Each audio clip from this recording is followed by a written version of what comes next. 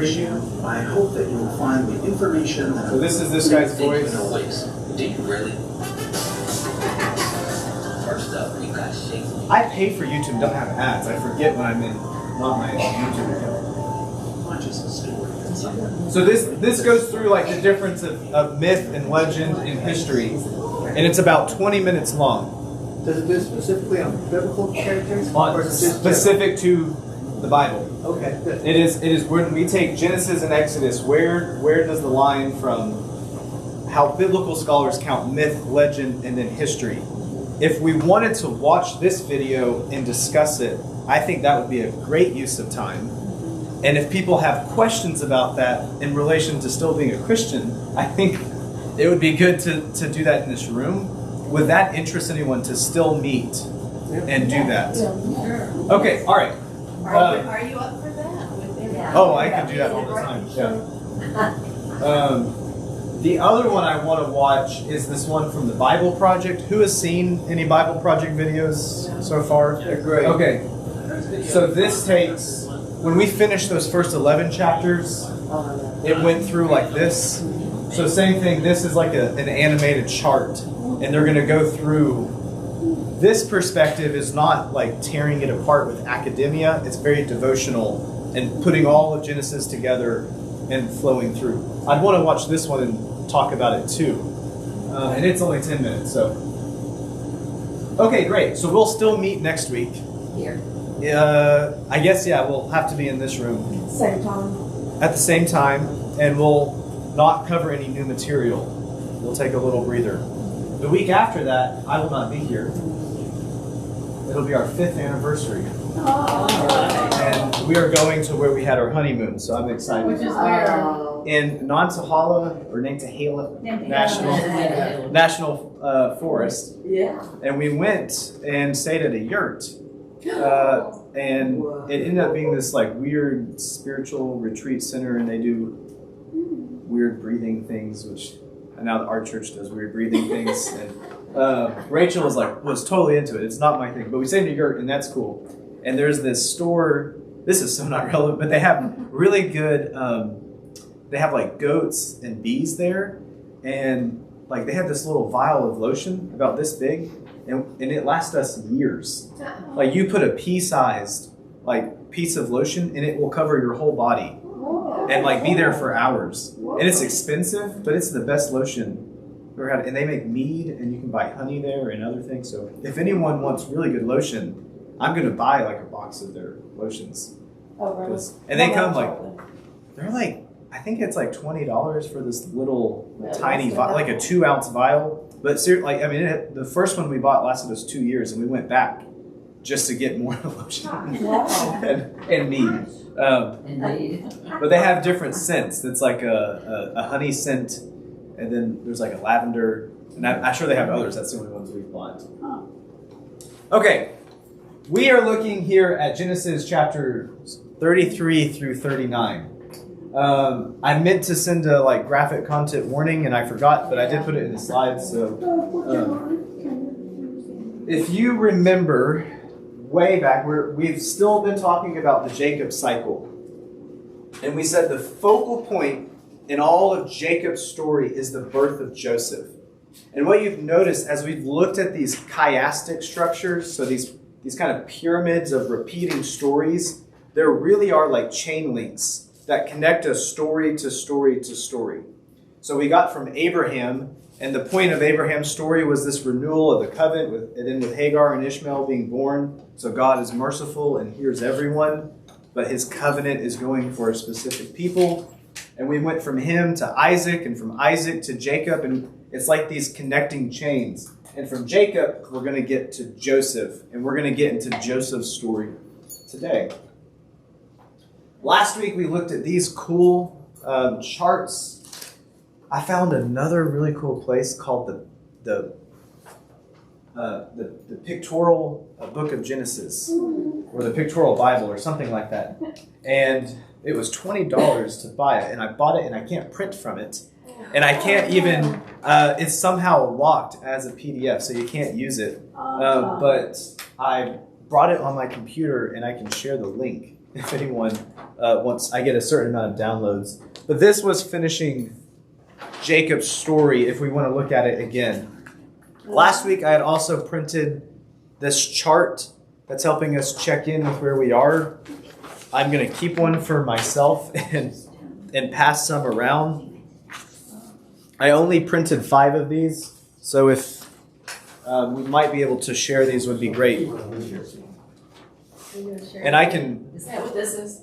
That's that one. I just printed some more. And I am one, when I'm going through all these towns, I get lost and confused, and I like to know where we're going to be. I'll take that one here.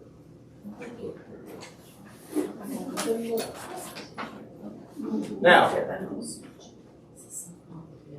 this is where we were last week. We were talking about the story of Jacob, and I just want to remember that dream of ladders Jacob has? And we talked about how it wasn't as much as Jacob climbing up to God. It was this place God climbed down to Jacob. And he named that place Bethel, this house of God. And it became this special place. And it was almost like a thin place, if you ever heard that word. And Bethel was a holy site for thousands of years for Canaanites. So it was also known as the house of God, but we're claiming it. This is where Yahweh speaks. Not just other gods, but Yahweh is present here in a special way. That place is going to pop back up again, so we want to remember that. The other really big part we saw with Jacob, he gets named Israel, one who wrestles with God, and that was what we ended our session last week talking about. And we also saw that everywhere Jacob went, God blessed him in particular ways. So he multiplied all of his goats, and he multiplied all of his kids. And if you remember, we saw all those children he had. He had 2 wives, Leah and Rachel, and then their 2 concubines that gave him kids. His favorite wife was Rachel, and Joseph was born to Rachel. And Benjamin. Well, he hasn't been born yet. We'll see him this week. I skipped forward. She looked ahead. No, I read it and I knew it too. And this was our little just like check-in charts. So Jacob has been down here. So this is where we're hanging out a lot, is down in here. He was in Hebron and Salem. He started there with Abraham. They journeyed up to Bethel and Shechem. We're going to come back here. At the end of last week, Jacob took this journey up to Paran. That's up here in Mesopotamia. Back to where Abraham came from, if you might have heard it called that. Is that water source the Dead Sea on the side? This? Yeah. This is the Dead Sea. Yeah. And it's bigger now, flowing right? into Which is here. why. It was bigger before. Oh, yeah, it's bigger. Wait. Yeah, it's bigger now. Because you said some of the You have cities. any Some of the cities are flooded. Alexander, do you have any idea how many miles this might have been? Well, I know from here to here is 700 miles. Whoa, okay. And I just remember that because we talked about the Battle of the 5 Kings, and that was like a movie in my And they brain. were walking, right? Well, they have camels and carts and story magic too to go quick places.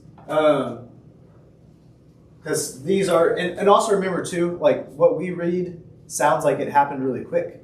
So there's story magic happening. This is decades. So Jacob travels up here and all these kids are born this week. And then he comes back down. It's been decades. So for us, there's some story magic. It looks like he ran up there, but this was migrating for a long time. Yeah. Okay. Now, these are the 12 tribes of Israel. We looked at this last time. I don't want to name all the sons, but I do want to point out about Leah. So this is the older sister, Jacob's first wife, but he really loved Rachel, if you remember that. And then they had that fight with the concubines, and they're fighting over the mandrakes. That's like an aphrodisiac to have kids and everything. The first 4 sons are important. So I want to remember the names: Reuben, Simeon, Levi, and Judah, because we're going to learn about them today. And if you remember, we talked about this repeating theme where usually the older son would kind of take over everything, but what ends up happening is the younger son takes that place of authority. We're going to see that play out with Reuben and Simeon and Levi and with Judah. And we're also going to remember about Joseph and Benjamin. as Rachel. We can kind of ignore the other sons. They're not really that important. I guess if you're born to the concubine, it's not that special. Okay, before we move in to look at our outline, I want to say two things. One, graphic content warning, if that makes you uncomfortable, because one of the sisters is rape. If you need to step out, that's okay. And this is not endorsing rape. And yeah. The other thing I want to say is I have decided to go ahead and keep the subtitles in. As we're covering more material, I found myself getting a little lost. And so I try to take those titles off when we were reading originally, because it kind of gives me fresh eyes to not see the translators add these little brackets. But I just wanted to see what you all thought about it. It was getting too long. I couldn't keep track of where I was with all the color meant. So Yes. No, I like it. I like the little heading. yeah, I was getting too lost. Before we move in, what stood out to you this week? Or did anything stand out? It's kind of silly that I always heard Joseph and having the color, because cloak was going to be many colors. Yeah. But I didn't read that, well, at least in this verse. What does this translation say? It's just color the garment. Yeah. Non-descriptive as far as I recall. I kept getting in the back of my head, my coat of many colors. I think I was singing it this morning. What does this translation say?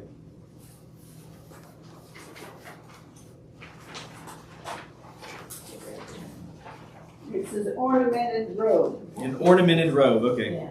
I like coat of many colors better. Too. Mine says garment too. What else stood out to you? They seem obsessed about circumcision. It's a big deal. I was thinking a little more about your story this week. Recovery time. Yeah, we can't have Dinah engaged in activity with an uncircumcised man. This would shame us. Yeah. It's just, and then they made all the rest of them go back as adults and get circumcised. And remember one thing too, when we say circumcision, we're including the covenant of being the people of God. Yeah. So God is making a new people in this covenant, and so to be circumcised doesn't just mean to be surgically cut, it means to have your heart made new as well. I have a question. That's the intention, at least. Yeah. In verse 9 Of Genesis, and it's a theophany, I think. which chapter are you in? I don't know. Wait a minute, this is too hard for me.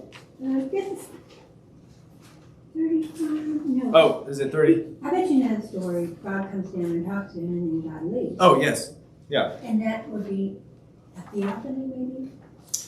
So a theophany is like when there's an image or something kind of representing it, but this is like a divine moment.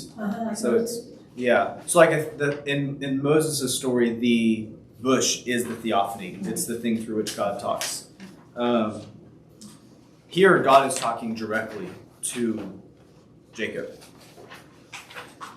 From where? And this might be curious. A lot of the non-priestly sources have theophanies. God speaks in a physical way, where sometimes the priestly is more direct. Oh, yeah. I should have kept it in my notes, but there were a couple times where people upset God and he killed them. Yeah. Yeah, Denise said, God didn't mess around. I said, in the Old Testament. Like the sons? Yes. Yes. Yeah. And then there were people that God favored specifically. Yeah. And I never viewed God to be, if I don't do right today, he may kill me tomorrow. Yeah. I mean, That's scary. it's very scary. I want to remember one thing, and one thing while I still color code these, is one thing with Genesis and with the rest of the Bible, we're getting multiple perspectives. So just like in the church, like we have priests with multiple perspectives, we get the same thing in Scripture. And it's kind of laying out, we don't go past this, but within what we think, we can have some variance. And so one thing we're getting with these different sources sometimes God is a bit more scary and vengeful. Sometimes God is very, very gracious and lenient. And the reason they're both in there is because we're seeing the full scope of God's character. Now, another part to say is there are some weird linguistic parts where like God loves Jacob, but God hates Esau. In Romans, there's that one, God hates Esau. And yet again with the 3 sons. So this is Judah's 3 sons that go to marry Tamar. One of them, I forget how it words it. And I don't have this in the PowerPoint, so it's worth bringing out.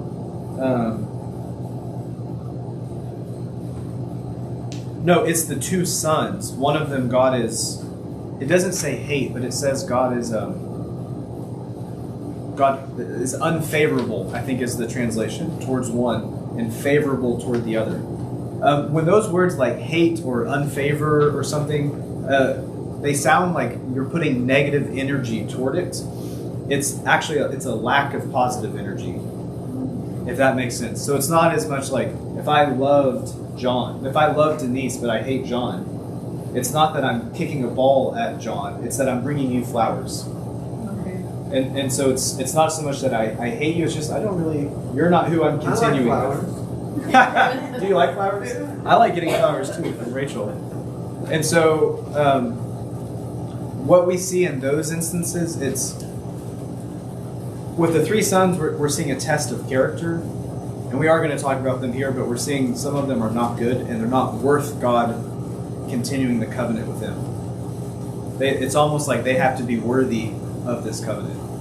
Not that they're earning like salvation, but they're going to go into this work with God, and they have to be worthy of the work. There was a lot more that we covered in here. Y'all want to start walking through? Yeah. Okay. So this is our overview of what we're going to be looking at today. And I want to just draw one point, because we're going to have an Alexanderism thought in here that it's something I see as very clear when I read through these stories, and not a lot of other commentators do. So maybe I'm just crazy or something.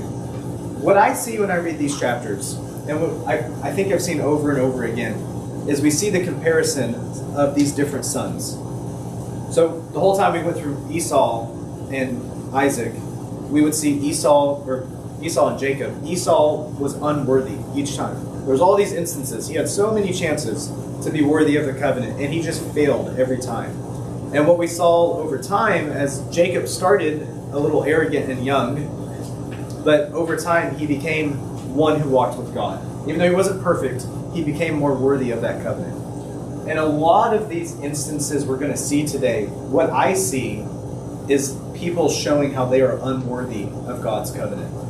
So I add in parentheses these moments when that happens. So this first one, chapter 34, Simeon and Levi, we're going to learn are unworthy of the covenant. Later on, I couldn't fit it, but it's in chapters 35 and 36. Reuben is unworthy. I couldn't fit it in the parentheses, but it's on that slide when we get there.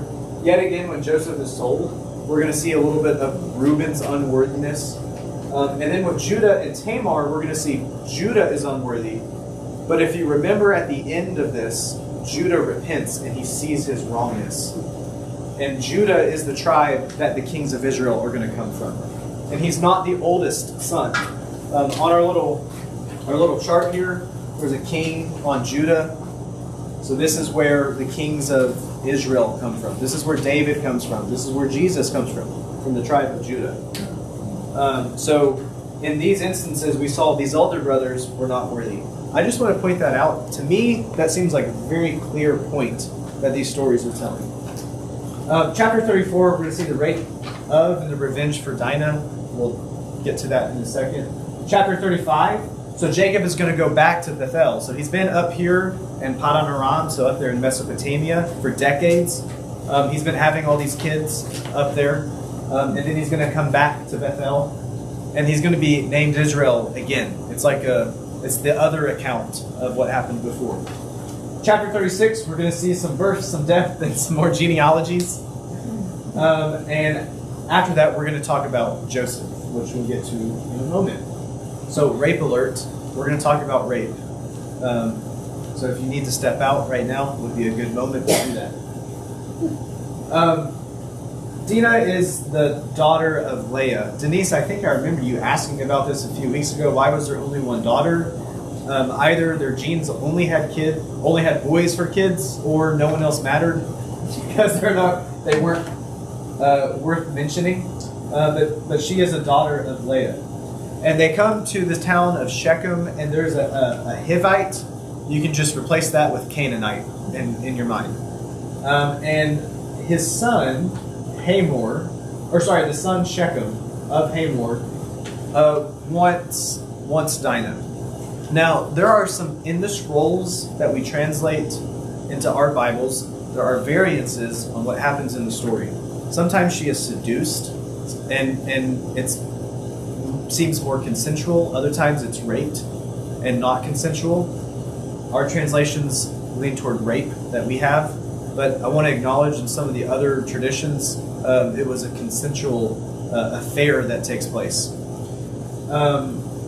And part of the law was if you had an affair with someone, you would have to marry them. So if you were a young, reckless kid and you got a girl pregnant, you had to marry her. That was the law of what you had to do to take care of her. Even if she wasn't pregnant, since she was defiled, you still had to marry her. And so Hamor comes to Jacob, which we're now calling Israel, and says, "Hey, my son's an idiot. Why doesn't he just marry your daughter? In fact, we can just marry our tribes together. My sons will marry your daughters will marry my sons."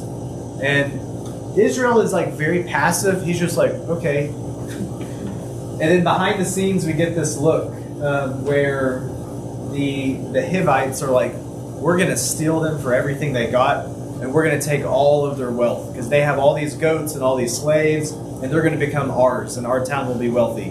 And we'll just assume this nomadic and rich tribe. We'll take everything that they have. And so we get the idea they're not that good of a people. But there's a contingent to this plan. They all have to be circumcised. I found out that for adult circumcision, it is a 10-day recovery where you're supposed to be at rest. Well, Simeon and Levi had some other ideas in mind, and they don't wait that full 10 days. Do I have this on the second slide? Oh yeah, here we go. So they're supposed to be over here in the hospital resting and recovering, and Simeon and Levi are like, well, we're going to go in and just kill everyone. And so they go in and they slaughter all of the males. Does this sound like a fair revenge to you? Yeah, it's not supposed to. So they took his sister and defiled her, one person, and he goes in and kills all of the men. More than that, all of the brothers come and then they plunder everything and they take all of their women and their kids and all of their riches and their animals and wealth and everything and burn the city down. What we see here with Simeon and Levi, they're not presented in a good light. This isn't supposed to say like, oh good, they stood up for her honor. Really, they just wanted an excuse to kill people. And Take stuff. And take stuff, yeah. This is presented as their tendency toward violence. And so Israel, Jacob is like, oh my word, my sons are crazy. Everyone's going to kill me now because they just saw what they did. So he's really scared, and this isn't seen as a good thing. So with this story, Dinah's defiled, and we see that the Canaanites are not a good people, is how it's being presented. But we're also seeing that Simeon and Levi maybe aren't the best to lead the people because of their tendency toward violence, and they're not honorable as well. And it's almost like their dishonor goes way, way, way above and beyond what Shechem did. He took one girl. They took all of them and killed everyone else. So does that make sense there? Any questions about this? Okay. Oh, I have yet another slide on this. Oh, my word. Sometimes I get a really nerdy mood, and I just said all of this. You just said that, Oh, yeah, okay. I was just thinking I wanted to mention this. So Dinah does pop back up a few more times. She is one of those who travels to Egypt. She gets mentioned in that list. So there's the 70 that go to Egypt. So she gets mentioned again. And there is an apocryphal book about her being Job's second wife. And so she is in Jewish ethos, she was kind of an honorable woman. And so if you remember that story about Job and like his first wife dies and all of his kids, and then he gets married at the end and has even more kids. So maybe that was Dinah. And so maybe she had a happy ending. But then somehow she ends up down in Egypt. So maybe there too. Wow. So I think the main point is showing Simeon and Levi as unworthy, as they are prone towards violence and to lead other brothers into the shameful acts. Okay, we already said that. All right. Okay, let's move on from that. So we see Simeon's and Levi's sin here. They are not the worthy brothers. So let's come back to Jacob in chapters 35. So he's going to return to Bethel. And he's going to be named Israel. Oh, I had a really cool picture right there, and it's not there. This was the one of him and the ladders. I don't know why that didn't save. That's okay. We saw it last week. So Jacob returns to Bethel, which means house of the Almighty. So Beth house, El is Almighty. We talked about this last week. El was a Canaanite deity, but we're kind of claiming this religious site as being part of Yahweh. Xander, you keep saying like these names mean something else. In what language does that mean that? So like Bethel, that's in Hebrew. Hebrew? Yeah. So all this is Hebrew. The Old Testament is in Hebrew or Aramaic, and it's in different versions of Hebrew or Aramaic. But right now we're in Hebrew. Hebrew. All right, thank you.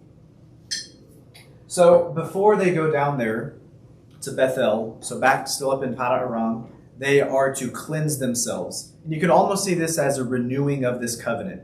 It's almost like, man, things didn't go too well up here. Let's start over.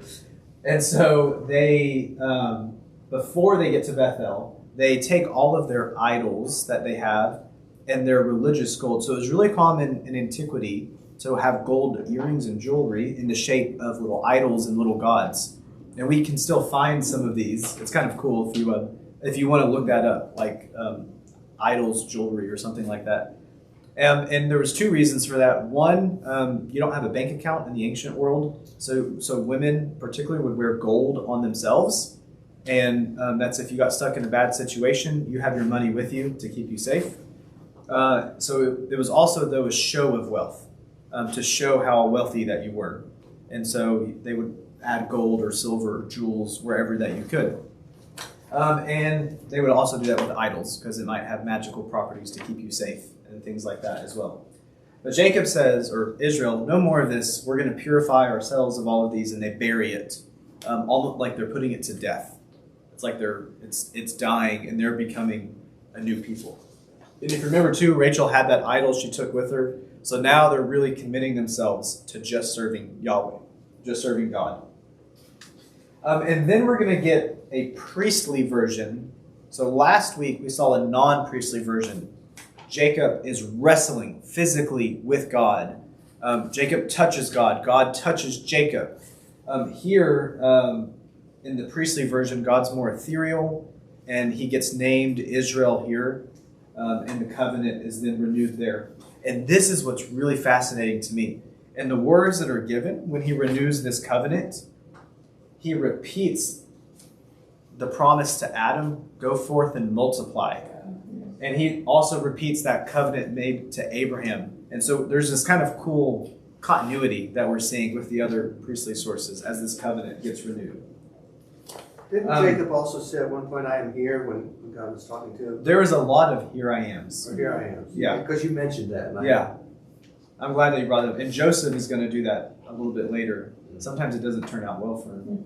That's it's like the last thing he says to his dad before he gets taken.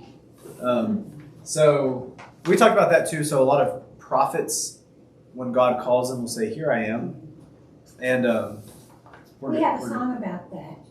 We do. Here I am. I'm sorry. Oh, I like songs. It's in our hymnal. Oh, it is. Yeah. I'm more used to the Baptist hymnal still. I'm still trying to learn. We'll ours. get you. This is I'll just note one thing about this one. The last covenant renewal in the naming of Jacob had to do with his past, about what Jacob had done. This time, it's about what God will do with Jacob. And I just think that's interesting. And so that first time it was based on the past, but now it's based on the future. And so I think that's cool. I think that's worth pointing out. And then he renames the place Bethel again. It keeps happening. He keeps naming it. So let's keep Bethel as a special place. Let's keep that in mind. It's a place God comes to people, and it might pop up later when we go through the rest of the Bible. So that is this place where he has named Israel again and names this place Bethel. And then we're going to get to the rest of 35 in chapter 36. And Benjamin is going to die, Rachel is going to die, and Benjamin is going to be born. So I found this cool little icon thing of Rachel. Remember, she is presented as like she's a role model for women. And when she first has Joseph, she says, God has taken away my reproach because she couldn't have kids. It's kind of a sad story with Rachel. She was loved, but in that culture it was very shameful to not have kids. And so she felt unworthy. In this joyous moment, she has a kid. And now she has another son. And she wants to call him Benoi. So Ben is son. And so she wants to name him son of my vigor or son of my sorrow. You can translate it both ways. But Israel wants to name him Benjamin, which means son of my right hand, or son of the south, or son of my old age. It's confusing how we translate some of the words.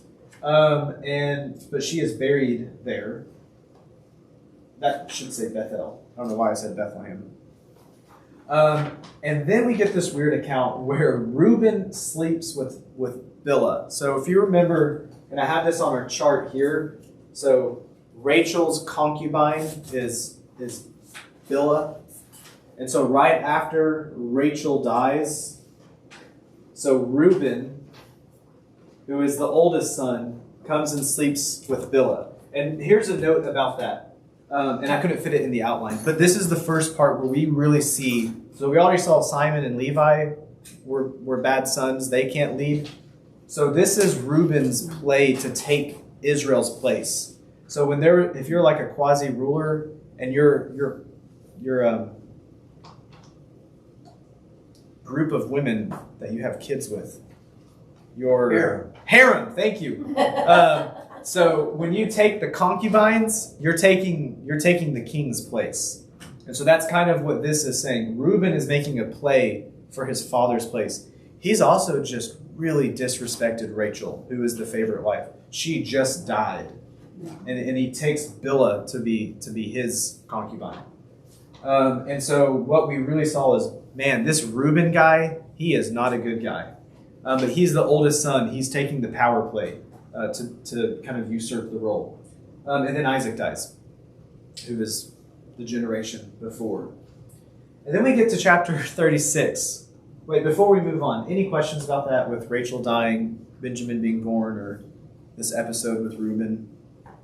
No. Okay. I've got a question. Yeah. In my Bible with RSV, it's talking about the burial place of Rachel, and it adds the kind of parenthetically, and it is there to this day. Oh yes, yeah. We saw the same thing with like Abraham and with Sarah.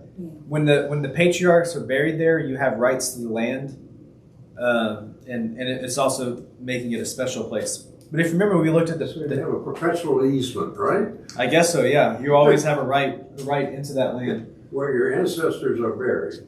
And we also looked at with Sarah and with Abraham. We looked at the picture of their tomb site. I'm sure you can still look up and see a place where Rachel might be seen as this historic site with which she was buried.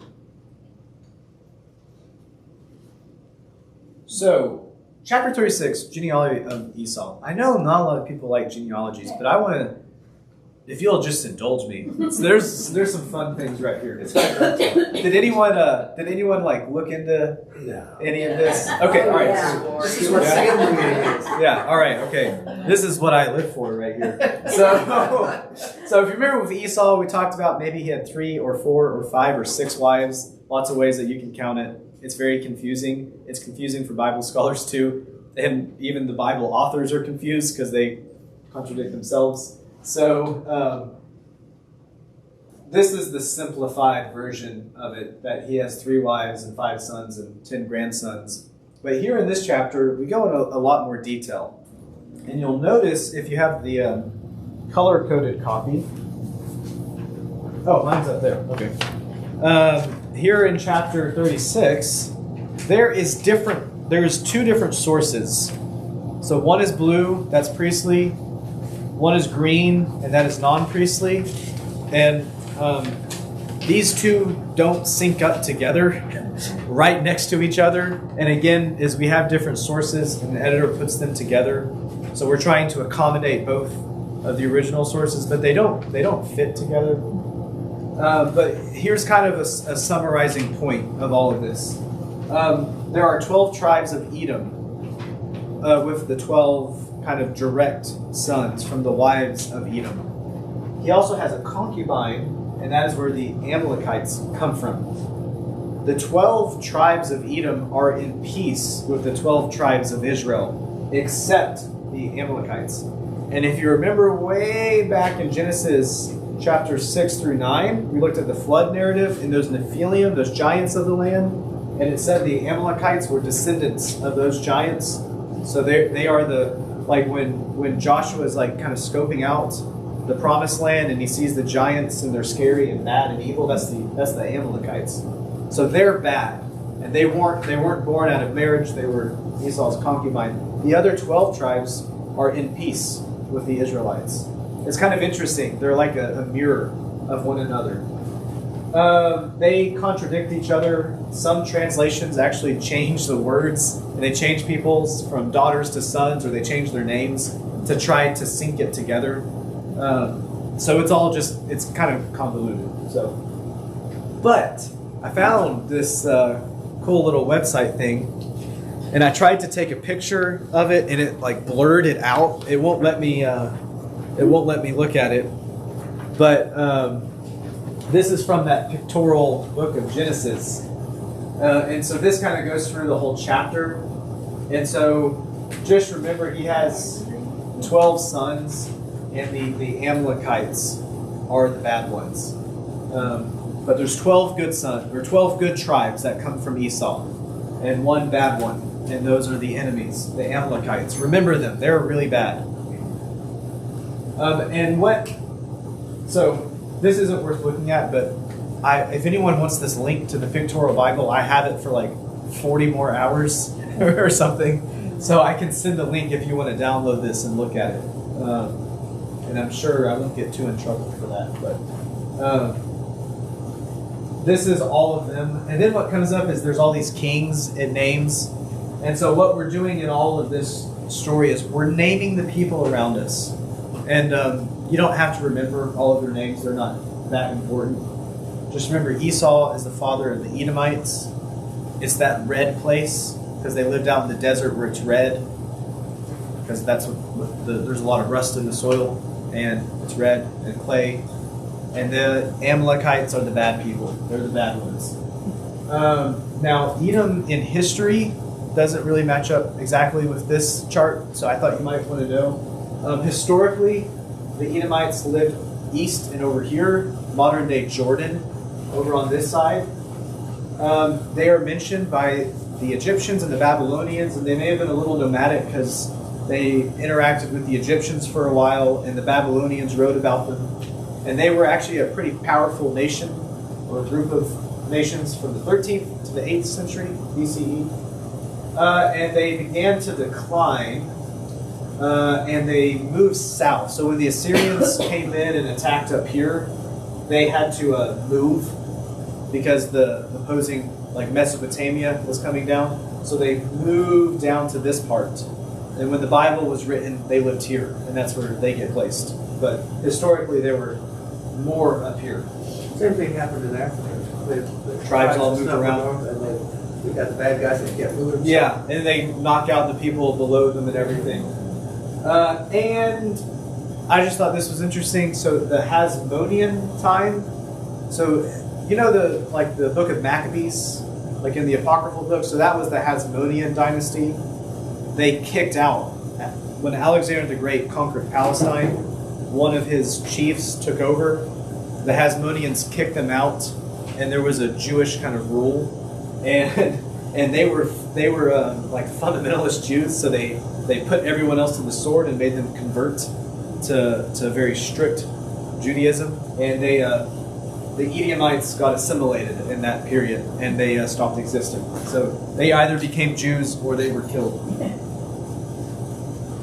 So that's Edom in history. Kind of fun. Anybody have a question about that part? We call them Hasidic Jews now. No, they just became Jews. They just They're very strict. in the Hasmonean Empire, they it was kind of like a crusade, and people had to convert, but the Edomites were assimilated into the population. Some things never change. So now we're going to get to Joseph, and this is where kind of the story starts to get important. And so I put Joseph right here, big and bold, because we want to remember we're now going to talk about Joseph. In chapter 37, it's going to be Joseph, his dream, and he's sold into slavery. I didn't remember that his story happens really, really fast. I thought there was more time spent on it, but there's not. And if you remember way back in the beginning, we talked about this idea of toldos or generations. We are now coming here into the Toldoth of Jacob. What's really interesting about this, chapter 37 starts by saying these are the descendants or the generations or the sons of, or the Toldoth of Jacob, and then it talks about his brothers, which I just want to point that out. It's fascinating. But we talked about this is the era of that person, and Jacob is going to be the rest of Genesis. Hey, we moved places this week. Oh, that should say Joseph. And won't you know, there's another chiasm here in the story of Joseph. Do you need another? We just gave it one. Oh, okay. So, for all of Joseph's, like all the other stories, we have another chiasm. And the focal point of Joseph's story is going to be when he reveals himself to his brothers. There's something special when you are revealed, and you can almost think about that as God is revealing himself. And so Joseph reveals himself to his brothers, and all of this, God is revealing himself to the Israelites. And just like always, there's stories that have counterparts, and we're going to begin to walk through those. So Joseph's name means two things. It could mean take away, like God has taken away my shame or my reproach, like Rachel says. She also says it means to add a son, as she was given a son. She was added to. And lots of the times there's more than one name given in the actual story, which is the case for Joseph. And Joseph is really the accumulation of all of the patriarchs. So the whole story of Genesis so far has been getting us to Joseph.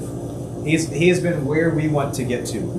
Abraham and Isaac and Jacob, they're all getting us to Joseph. And the reason we want to get to Joseph is because Joseph is going to get us into Egypt.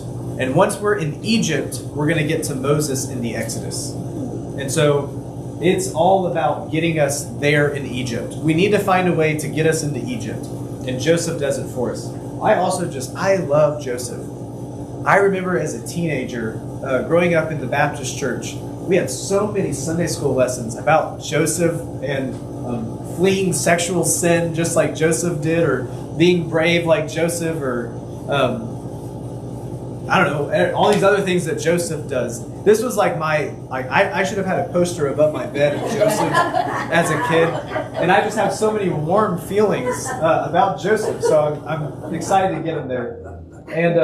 whatever our translations say, he has a coat of many colors. So this is my picture to remember Joseph by, but we're gonna change the picture on the next slide. So in Genesis 37, Joseph is gonna have this dream, and it's a prophetic dream. And he actually has two dreams, but the first dream, all of his brothers are like hay bales, where all their wheat is gathered, and they all, like, you can kind of just imagine them bouncing around. And Joseph's in the middle, and they all bow to him. And Joseph is kind of presented as pretty arrogant here, just like Isaac was, just like Abraham was, just like Jacob before him was. When they're young, these patriarchs are pretty arrogant. As they get older, they mature. And same thing. It's the same thing with Joseph here. And he's like, you guys really need to listen to me. Like there is a play on Hebrew words where 3 times he's calling their attention to him, to interpret it and to listen and to understand like what he is saying. And he's really telling them is like, he's a little brother. He's like 17 years old in the timeline, but he's like, I'm going to rule over you guys one day.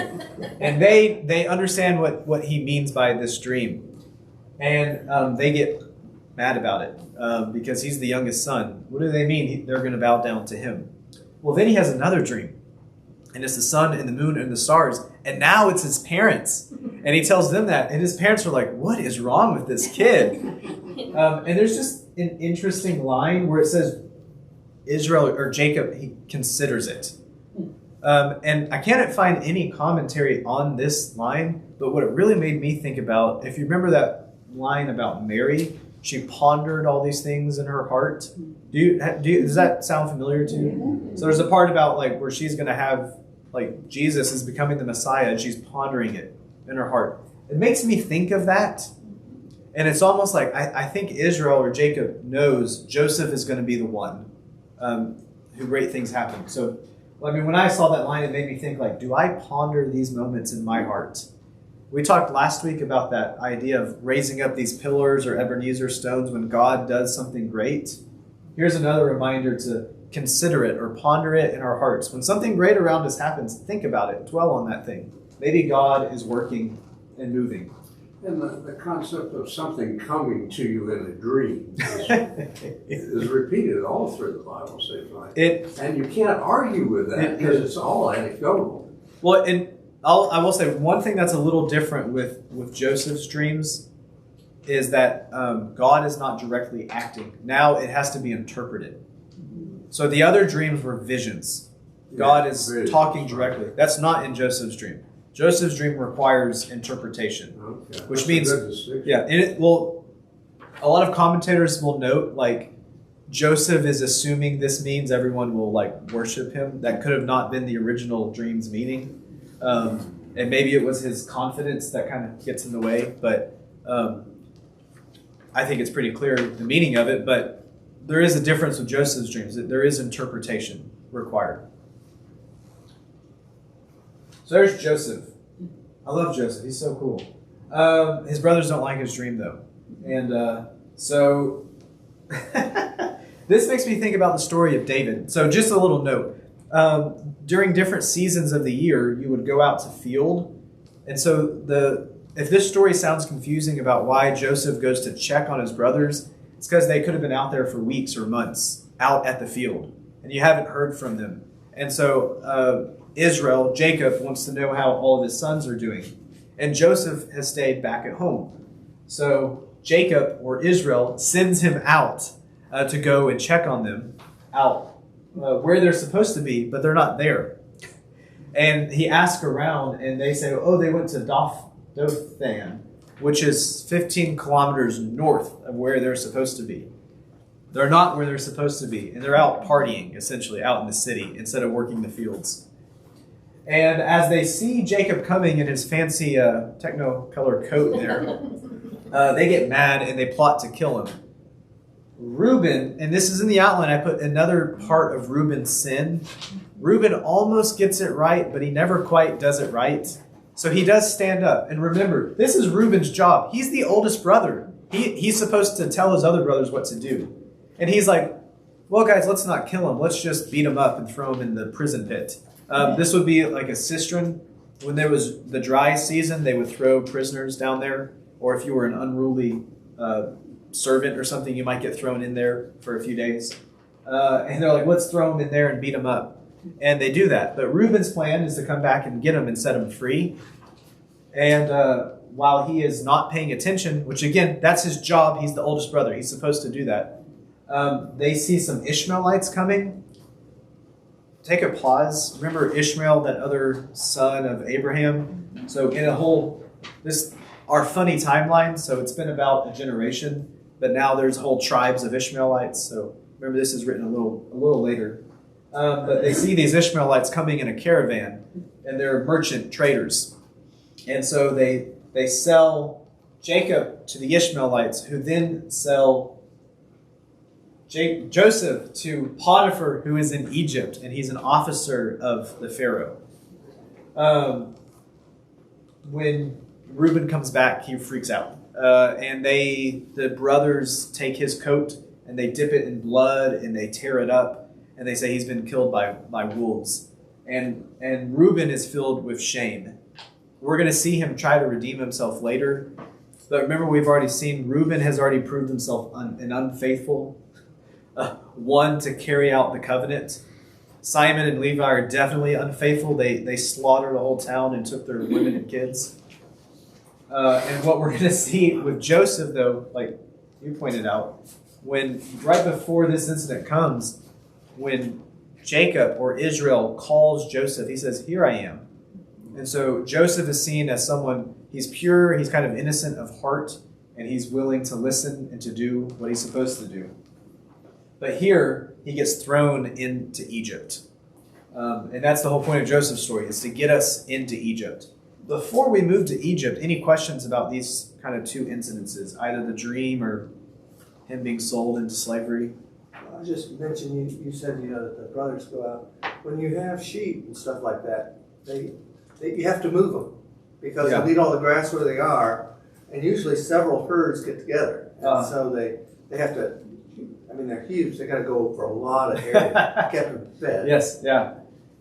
So the sun, moon, and stars represent what? That was the other dream that he had. Right. And so What they're did it- just standing in place. They're just representing the family members.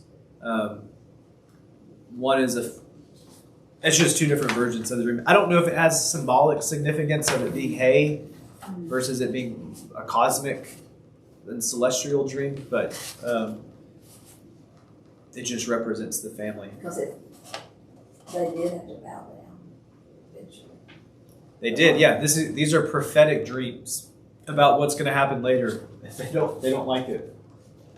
And right now, when we're reading the story, we're like, man, Joseph got it really wrong. Now he's a slave and he's in a whole other land. Here we go. One thing that we're going to notice. So earlier in Genesis, we talked a lot about Babylon and Assyria.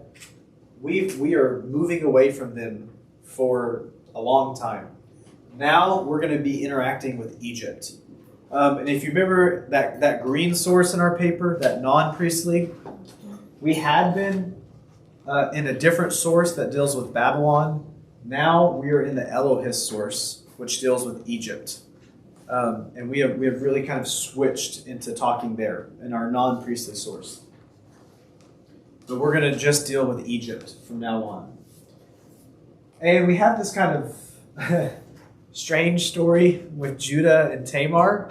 And we're going to see Judah's sin now.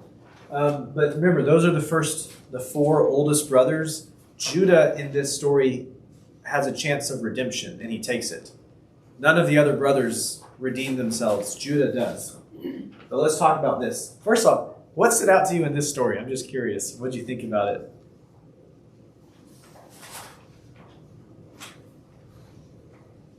Talk about Judah. Judah and Tamar. So Tamar marries Judah's oldest son, and he dies, and then she marries the next son, and then he dies. Oh, yeah. And then there's the third son, and Judah's like, man, this Tamar girl's bad news. And he's like, well, look, just wait to marry him. And he never does. And so Tamar dresses like a prostitute and traps Judah. She gets pregnant.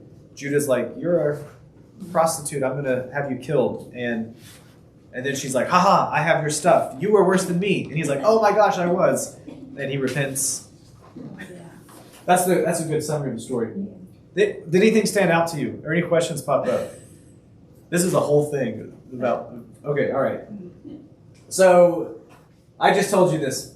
I just told you the story. No, this is a really cool painting.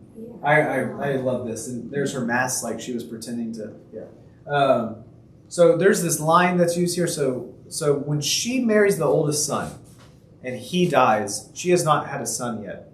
And this was not just the law for Judaism, it was throughout the area. If this happened, there was the Levirate union. So the next son would get her pregnant until she has a son to take care of her.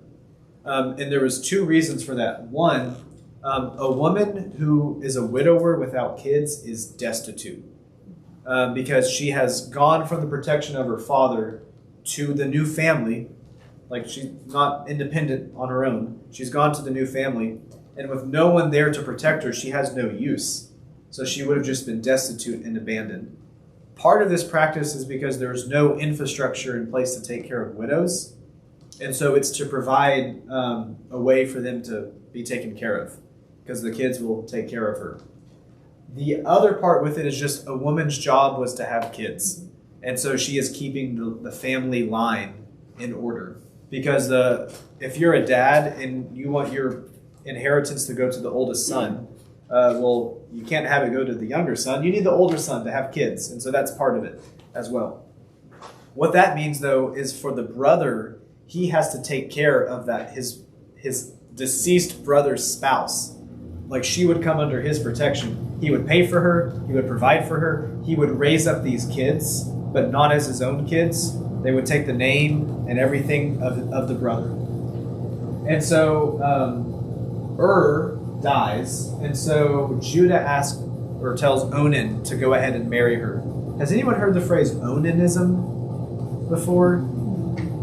No? I've heard it, but I'm not sure what. Okay, all right, it's not what we're talking about here. Okay, all right. So he pulls out and wastes his seed on the ground. Onanism came known to boys as like masturbation, is like what they say the sin of Onan is because he spilled his seed.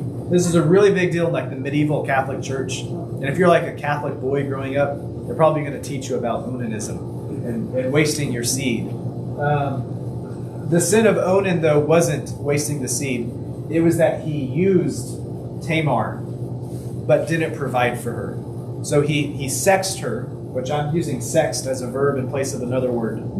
But he pulled out and wouldn't take care of her.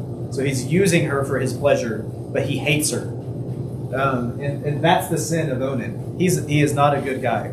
As such, God strikes him down and punishes him because he wasn't good to Tamar. We see a kind of a vengeful God here. So then there's another son, and he doesn't. Yeah, we already shared that part of the story. Let me get to this though. So she tempts Judah, and she takes his. So she takes his like staff and his cloak and some of his medals. It would almost be like taking someone's passport and taking their credit card. So she took away, like this wasn't the price you paid for a prostitute. She took he was really messed up. Like I don't know why he was paying so much for her. He's kind of presented as an idiot. Like he's paying way too much for her. So he gives her his means of purchasing it, and his proof of who he is in society is the things that he gives her. And she gets pregnant and all that stuff happens, but she has two sons. And this is interesting. Oh, wait, I have it on the next slide. So Tamar has two sons, Perez and Zerah. And this comes to be the descendant of Perez is David and then Jesus. So there's a lot of cool things in this story. So first with Levirate union, this is about protecting women in society in its own weird way. And so here, the good parts of the story is women are protected. Also, Tamar is kind of seen as like a badass. She takes matters into her own hands. And it's an empowering story in the day for women. Not how we read it today, but in the day, it's empowering for women to read this story. And what we're going to see a lot in some of the other books is women are going to use whatever they have at their disposal. Usually it's their sexuality, but they use it to their advantage. They don't have much, but there's powerful moments. Does anybody know who JL is? She seduces the conquering general, and when he falls asleep like a baby, she takes a tent peg and drives it through his head. That's my favorite story. Women in the Bible, she's my favorite. Also, she scares me.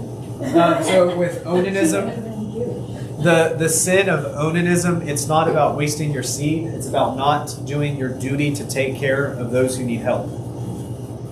There's empowerment. Those in circumstances that are kind of helpless, she's kind of seen as an empowering figure. She uses what she has to her advantage. And there's redemption. Judah is a jerk in this story, but he, despite his faults, repents of his sin. Because of that, Judah becomes the favored tribe of Israel. And that is the line through which Jesus comes and David comes. The kings come through Judah. So there's redemption, even when you mess up. I mean, with a really big mistake, you got your son's widow pregnant, God can still use you. And he messes up big time. On the other hand, so we see Judah's lack of sexual discretion. We're going to come to Joseph and see that he is the most controlled guy that there is. Like we just saw Judah mess it all up. Now we're going to see where Joseph does it well. So Joseph is in Potiphar's house. He's a slave there, and he becomes master of the house because everything he touches, God blesses. He was also really handsome, and Potiphar's wife wants him, and she was kind of known for her infidelity. Joseph has an easy out here. He can just sleep with her, and everything will be okay because that's what people did all the time. But Joseph doesn't because of his honor. He flees. She tears his robe. He gets in trouble and becomes imprisoned.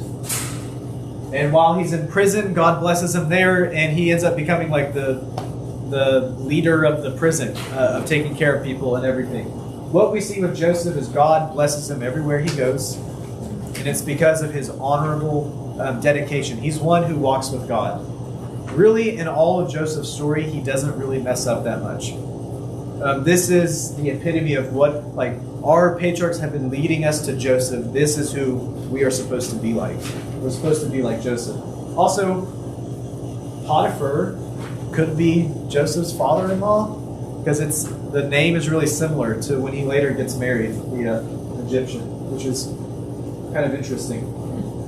In all of these instances of these stories, I just want to remind us about that thing we looked at last week, wrestling with God. Because what we see in these kind of 4 or 5 figures we looked at, Simeon, Levi, Judah, Reuben, and Joseph, they've all wrestled with God. Simon and Levi and Reuben wrestled with God and they didn't do well. And God says, I won't use you. Like, you'll still be part of the people, but you won't be the leaders. Judah wrestles with God, messes up, and repents, and continues wrestling with God. And he becomes where the kings come from. Joseph wrestles with God and just keeps wrestling, and keeps wrestling, and keeps wrestling, and God blesses him for it. And so it kind of lays us out an example of who to follow. Okay, that's what we looked at so far. This is where I just want to end. For those that are curious, now that we've named the 12 tribes, this is maybe where they were.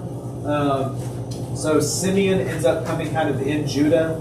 Dan is either here or Dan is up on top here. It's confusing exactly where he is. So Benjamin is a really small tribe, and it's either here or it's somewhere else. Sometimes it's talked about as being down here.